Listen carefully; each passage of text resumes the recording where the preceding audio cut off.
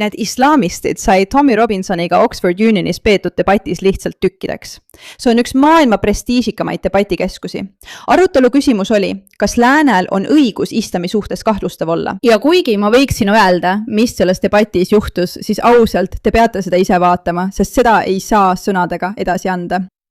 Stephen Yaxley Lennon, keda tema jõmmid tunnevad kui Tommy Robinsonit. Steven, väljas on rahva hulk, kes mässab sinu vastu. Siin täna õhtul ja ilma ühe moslemi palestiinlasest presidendi ning enamasti Lõuna-Aasia päritolu täitev komitee kaitse ja helduseta oleks sul üsna.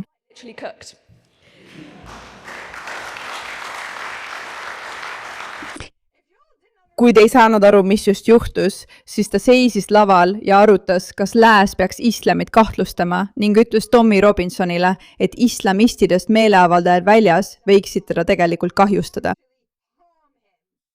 Jumal küll, rumalamaks enam minna ei saa. Aga loomulikult on need inimesed rumalad. Tänu jumalale, et vastaspoole väitlejad olid tegelikult uskumatult intelligentsed ja mõned selle debati hetked panevad sind imestama. Ma mõtlen, nad tegid kõik, tõesti kõik, et tõestada, et islam on. Päris.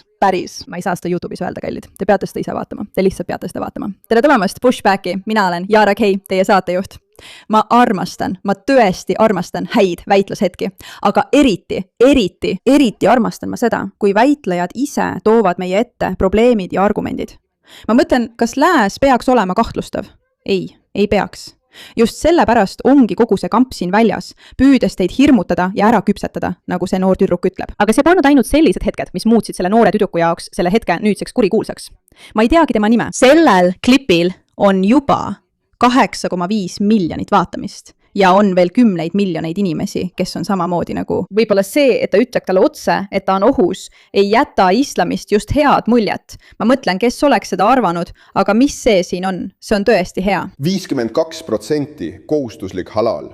Ma võiksin jätkata ja jätkata. Aga kõige tähtsam minu jaoks, kõige tähtsam on sõnavabadus. Nii et räägime sellest, eks? 78% Briti moslemitest usub, et ükski avalik should publish pictures of Muhammad. Valdav enamus, see tõuseb 87%-ni.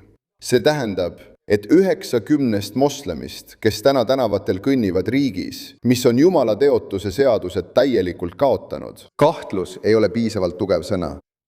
Lääs peaks islamile kõige jõulisemalt vastu seisma sõnavabaduse nimel. Nii et siin me oleme. Selle karikatuuriga, eks, on EIG. Näidata, et ma ei alistu. Ma ei järgi kaugete paikade usulisi seadusi. Mu naine palus mul seda mitte näidata, kartes tagajärgi meie perele. Aga ma ütlesin talle, et kui ma seda ei tee, siis olen ma juba islamile alistunud. Nii et siin me oleme.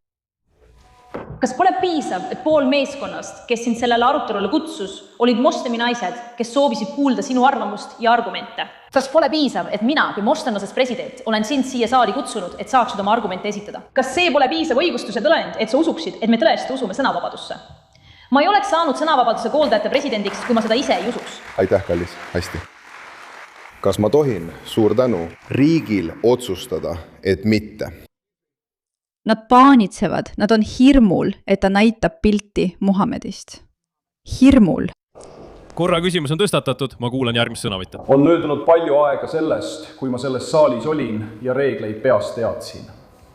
Alamkojas, ja me võtame eeskuju alamkojast, rekvisiite ei lubata.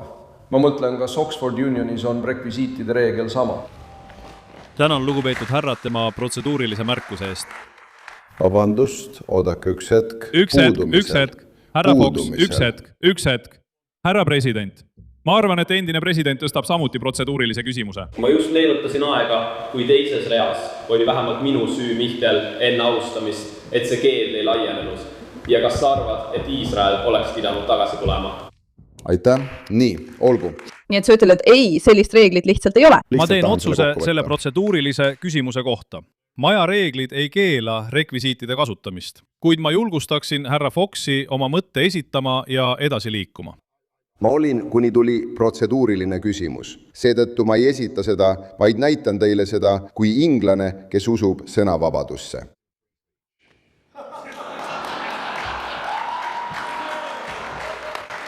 ma ei allu. Ma ei kummarda.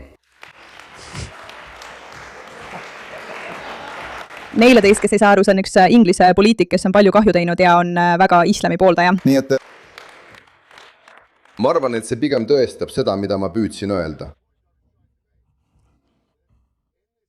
Et selles ümbrikus elas sinu hirm ja sinu hirm islami ees ning selle ees, mida islam sinuga teeb, kui sa ärritad selle ülitundliku taeva võlurit.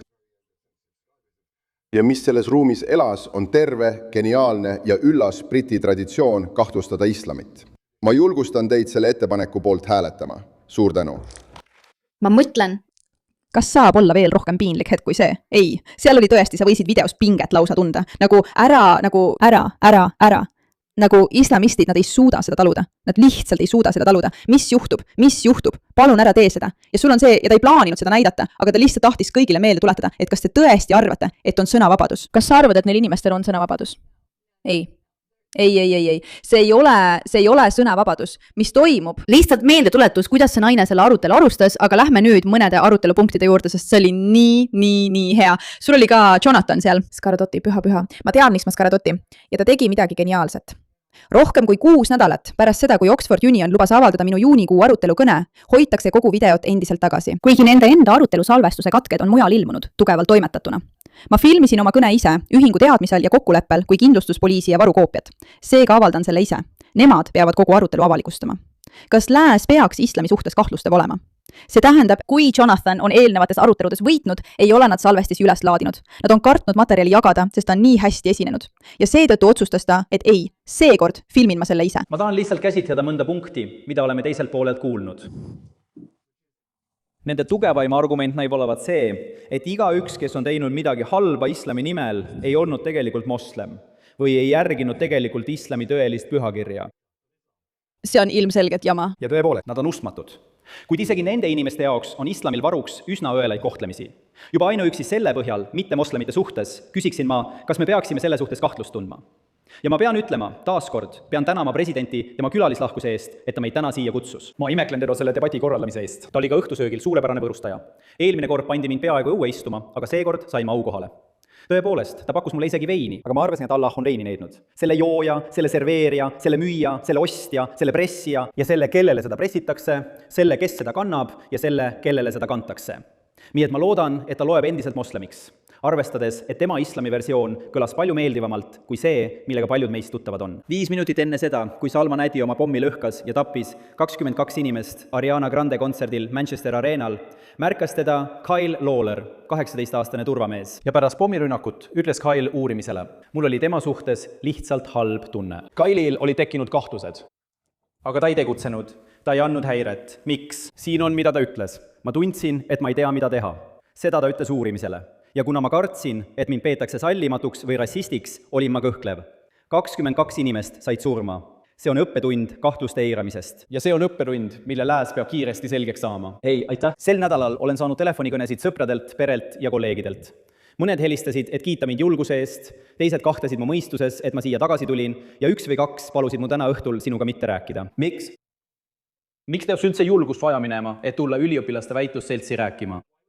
Miks oleks minu turvalisuse seisukohalt rumal moslemi naise kutsel väidelda 2 moslemi mehe ja 1 libaviktoriaanliku katoliku rüütliga? Me kõik teame, miks. Mis tähendab rohkemat? No, Victoria. Me kõik teame, miks. Õhus on veidi elektrit. See on põhjus, miks see debatt tekitas meediapajastust juba enne selle toimumist. See on tingitud islamist. Nüüd, ma ei ole moslem. Täieliku avatuse huvides ütlen, et olen juut ja britt. Seega ma ei ole siin selleks, et rääkida moslemite eest või öelda, mida üksikud moslemid mõtlevad, tunnevad või usuvad. Ma ei ole siin, et vaielda Koraani värsside ja hadiiside üle. Ma olen täna siin, et esindada selle debati teist poolt, lääne väärtusi. Ma olen siin, et rääkida sellest, kuidas islam on meie ellu tunginud. Ma ei tahaks üldse siin olla. Eriti just praegu. Ma ei taha sellest teemast enam rääkida. Ei taha rääkida islamist. See ei ole minu usk, see ei ole minu ideoloogia. Aga ikka ja jälle on see mind tabanud, tulnud minu ellu, teie ellu. ma ei ole seda ise ette kujutanud, ükskõik mida väljas olevad inimesed ütlevad. Ainus inimene selles arutelus, kes esitas füüsilisi ähvardusi, oli seal. Ei. Aitäh. Mind motiveerib armastus. Armastus vabaduse vastu, armastus elu vastu, armastus väitluse, arutelu vastu, armastus lääne vastu. Tead, see on hea kõne, kui oled kaamera ees, siis unustad täiesti midagi öelda, sest wow. Lääs on trotsliku vabaduse ja kartmatu tõerääkimise tsivilisatsioon. Ja just sellepärast olen ma nüüd siin. Ma küsin inimestel tihti, mis oli nende esimene teadlik mälestus islamist.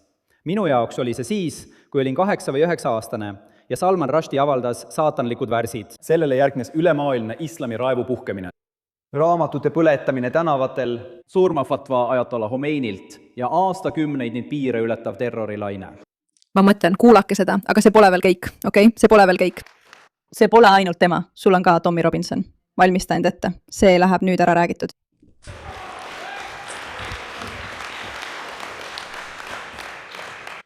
Esiteks saaksin öelda, et ma eelistaksin palju rohkem vaadata Inglismaa mängu, kui siin täna õhtul olla. Ma tulin siia lihtsalt sellepärast, et avapühendus sellel üritusel sõnavabadusele. Ma tean, et teil on minust täiesti vastupidised vaated, aga ma tean ka, et inimesed võivad mind kuhugi kutsuda, ilma et nad mõistaksid, millega nad silmitsi seisavad. Ma olen täielikult teadlik sellest vastureaktsioonist, millega tuleb silmitsi seista, aga ma õnnitlen sind sõnavabaduse kaitsmise eest ja see ongi põhjus, miks ma täna õhtul tulin. Tahaksin samuti õnnitleda Oishat tema esimese suurepärase kõne puhul ja mul on kahju, et su pere täna siin ei ole, et seda näha. Aga need ei olnud minu toetajad, kes neid väljas ründasid. Minu toetajad ei tekita segadust ega laamenda seal ega ründa politseinikke. Ka meie poole toetajad selles arutelus ei tee seda. Need on teie poole toetajad, kes seal väljas kaost põhjustavad. Nii et enne kui hakata rääkima islamist, ma tahaksin uskuda seda, mida Jakob ja teised sellel paneelil usuvad, et me ei peaks islami suhtes kahtlust tundma. Jakob, sinu valimisringkonnas elab 480 moslemit, 0,5%. Sa ilmselt ei leiagi moslemit. Seal on 3 mošeed, Kristiani asub Basfilipolis. Ma olen pärit Luutoni linnast. Meil on 80 000 moslemit, 45 mošeed, 33% elanikkonnast. Nii et ma küsisin endalt, miks peaks mitte moslem ütlema kellelegi meist, et me ei peaks islami suhtes kahtlust tundma. No, loomulikult ei pea Jaakob ise elama oma katastroofilise poliitika tagajärgedega. Muide, see on see mees pildilt, jah. Tipai. Ja nende poliitika uskumused on sellised, mida ainult eliit saab endale lubada. Nii et see on islam. Esiteks, kas meie läänes peaksime selle suhtes kahtlust tundma? Ma tahan selgeks teha, mis islam on, sest see ei ole see, mida keegi teist ütleb, et see on. See ei ole ka see, mida mina ütlen, et see on. See ei ole see, mida me soovime, et see oleks. Ja see ei ole see, mida sinu sõber Eli Liimam või sinu taksojuht või härra Andaluusia otsustab, et see on.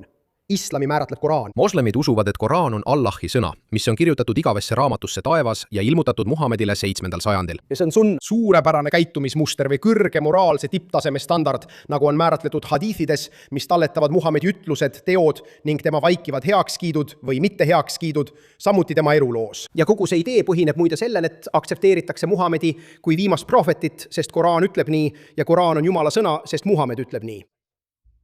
Nii et ühise pinnase otsimine. Ma ei ole siin kakluseks vastupidiselt sellele, mida kõik arvavad. Kõik arvavad, et kuhu iganes ma lähen, tahan ma kakelda. Tegelikult tahan ma leida ühispinnast. Ühise pinnase leidmine islaamiga. Muhammad ütles Nadžahi kristlastele, tulge sõna juurde, mis on õiglane meie ja teie vahel. Et me ei kummarda kedagi peale Allahi ega sea talle ühtegi kaaslast. Nii et islam esitleb end religioonina, mis soovib teistega ühist pinnast leida. Tulge sõna juurde, ütles Muhammad, leiame ühisosa. Pole ju siin midagi kahtlast, eks? Aga just see, et talle ei seata kaaslasi. See ongi võtmekoht. Islam ütleb, et tahab ühist pinnast leida. Aga see üdine pinnas peab olema islam. Kristlased peavad eitama, et Jeesus on Jumala poeg. Kaaslane. Aga igatahes otsime mingit ühist alust. Olgu, seda me tahamegi leida. Ma olen näinud, kuidas see toimib. Ja ma vastan nii paljudele küsimustele, kui soovite lõpus. Ma lihtsalt lõpetan oma kõne. Kui paljud teist siin on geid? Tegelikult ei pea te käsi üles tõstma. Olgu, Quranis, Luti-Loos, homoseksuaalsust mõistetakse hukka. Ja 4/5 suuremast islami õiguskoolkonnast arvavad, et seda tuleks karistada surmanuhtusega. Võib-olla ma lõpetan oma kõne. Tegelikult on 24 riigis, kus islam on riigiusk, homoseksuaalsuse eest kriminaalkaristused. 8 neist on karistuseks surmanuhtus. Nii et ma mõtlen, võib-olla kui sa oled gei, siis sa võtsid olla selle suhtes veidi kahtlustav. See on Afganistanis, Iranis, Kataris, Saudi Araabias, Araabia Ühendemiraatides, Jeemenis. Seal tapetakse sind selle eest, et oled gei. Kes selle vastu protesteerib? Kui nende riikide riigiametnikud või valitsused külastavad meie riiki, kes protesteerib? Ma tahaksin selle lihtsalt lõpetada. Kodukorra märkus on esitatud president. Nagu eelnevate kõnelejatega arutatud, nõustuksite, et meil tuleb palju kinnitusi saada. Igatahes järjest edasi ja edasi. Geniaalne, hämmastav, huvitav. Ma võiksin seda teiega terve päeva vaadata. Nagu te ilmselt teate, ma teen seda. Ma vaatan seda kindlasti. Ja teie peaksite ka seda edasi vaatama, sest kui lõpuks tulevad debatid, siis on kõik nii selge. See on nii hävitavalt selge, kellel on õigus. Ma mõtlen, me tegelikult ei kuulanud teist poolt, välja arvatud siis, kui nad ähvardasid põhimõtteliselt Tommy Robinsoni. Kas ma peaksin näitama klippi? Olgu, ma näitan klippi. Siin on see mees, keda Lawrence Fox pilkas. ma arvasin, et ma seisan silmitsi Briti poliitika parempoolsete kõvade meestena. Inimesed, kellel on maine olla karmid, otsekohesed ja tugevalt patriootlikud ja selgub, et nad on väikesed, salalikud, värisevad, arglikud loomakesed, sest neil puudub enesekindlus. Selle asemel istuvad nad öösiti kodus ja muretsevad. Usuvabadus, mõttevabadus, sõnavabadus, millest usuvabadus peab olema oluline osa, on teinud meid tugevaks. See pole üldse mingi äärmus parempoolne asi. Selgub, et meeleheitel vanad vasakpoolsed. Ja siis hakkasin mõtlema ühe karikatuuri peale, mis mul siin ümbrikus on. 78% Briti moslemitest usub, et ükski väljaanne ei tohiks avaldada Muhamedi pilte riigis, mis on Jumala teotuse seadused täielikult kaotanud. Nii et siin oleme selle karikatuuriga. Eks? Ja on EEG. Näidata, et ma ei allu. ma mõtlen, see on lihtsalt täielik jama, sõna otseses mõttes täielik jama. Vaata erinevus tema argumentide vahel, kus me lihtsalt olime nagu, millest sa räägid Tommile? Kas me saame vähemalt kokku leppida? Sõjavangide, sealhulgas noorte poiste hukkamine, juutide ja kristlaste etniline puhastamine nendelt aladelt või abiellumine ja seksuaalvahekord väikese lapsega, kui Muhammed oli 53-aastane. Kas me saame vähemalt täna selles kokku leppida? Muhammed ei olnud ega ole inimkonna jaoks täiuslik eeskuju ega ka moraalse tipptaseme ülistatud näide. Tegelikult on asi hoopis vastupidi. Kallid, hull asi on see, et kui te seda vaatate ja näete, kui selge ja täpne see on. Kas teate, mis lõpuks juhtus? Nad kaotasid. Islamist võitis.